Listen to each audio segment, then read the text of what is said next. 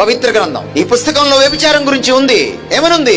చెయ్యొద్దనుంది, చేయమని లేదు. ఒక దైవజనుడు వ్యభిచారం చేస్తే ఈ పుస్తకం దాచిపెట్టలేదు, ఖండించింది. వ్యభిచారం చేయకూడదు అని వ్యభిచారం గురించి ప్రస్తావన చేస్తే అది అపవిత్రం కాదు. బైబిల్ని వక్రీకరించడానికి ప్రయత్నించకు.